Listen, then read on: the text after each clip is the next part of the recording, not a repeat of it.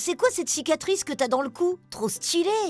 Ah, c'est mon opération quand on m'a enlevé ma syringomyélie. Syring quoi? Syringomyélie, c'est une maladie de la moelle épinière. Mais c'est quoi ça? Tu vois ce que c'est la moelle épinière? Moi, tu me prends pour un bolos? Ok. Ben, ma moelle épinière, elle se remplissait de liquide. De liquide? Comment ça? Oui, Max, la moelle de Léo se remplissait de liquide céphalorachidien. Ce liquide, qui ressemble à de l'eau, ne peut plus circuler normalement autour du cerveau et de la moelle épinière. Il est bloqué au niveau de la nuque par une malformation qui s'appelle la malformation de Chiari. Le liquide va alors s'accumuler dans la moelle et former une cavité. Cette cavité grossit et elle forme une syringomyélie. Ouah, mais ça devait te faire super mal avec les nerfs et tout! Bah ouais, et pendant longtemps. Et tu vois, personne me croyait. J'avais mal au cou quand je marchais ou courais trop longtemps. J'étais fatiguée, j'avais super mal à la tête. Et on me croyait pas. On me traitait de mytho quand je disais que je tombais parce que je perdais l'équilibre. Et le docteur, il te croyait pas? Vois-tu, Max, comme c'est une maladie rare, l'entourage ne comprenait pas toujours. On croyait même que Léo faisait semblant, que c'était dans la tête, psychologique, ce qui n'était pas le cas. Et son médecin, lui, ne pensait pas du tout à cette maladie rare. Malheureusement, le temps passait, et Léo avait toujours mal et était triste, jusqu'au jour où...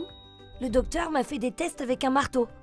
Puis, il a dit à mes parents que je devais passer une IRM. Une IRM? Une IRM. C'est trop cool, t'es dans un tube, t'as un casque. Pourquoi un casque? Max, c'est à cause du bruit de la machine. Tiens, écoute.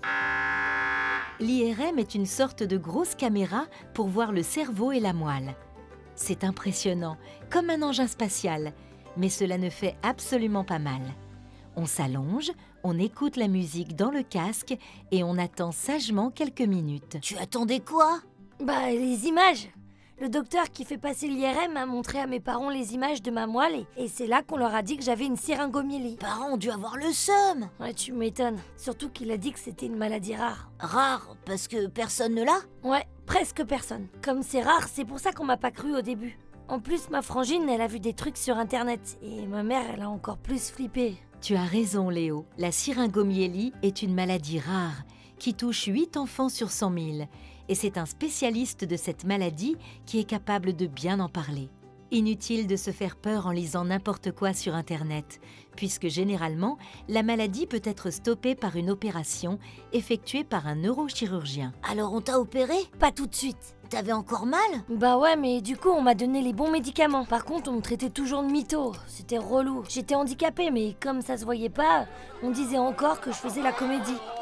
Les gros lourds. On a été voir un chirurgien spécialisé. Il a regardé l'IRM et il a dit qu'il pouvait me soigner en m'opérant. Trop cool! Ouais, enfin, j'aurais quand même flippé, hein. Trop la trouille qui me tripote le cerveau. Mais c'est un spécialiste, un neurochirurgien des enfants. Il fait que ça, t'inquiète. Bah alors c'est fini, t'es guéri. T'as l'air bien. Oui, pour Léo, il a été opéré et ça va bien. Hélas, pour quelques enfants, le résultat est moins satisfaisant. Leur vie sera un peu plus difficile et nécessitera des soins, de la patience et de l'amour. Je te connaissais pas avant, mais là aujourd'hui, t'assures au foot. Grave, mais je peux faire bien plus de trucs qu'avant. Mais tu sais, ma maladie sera toujours un peu là.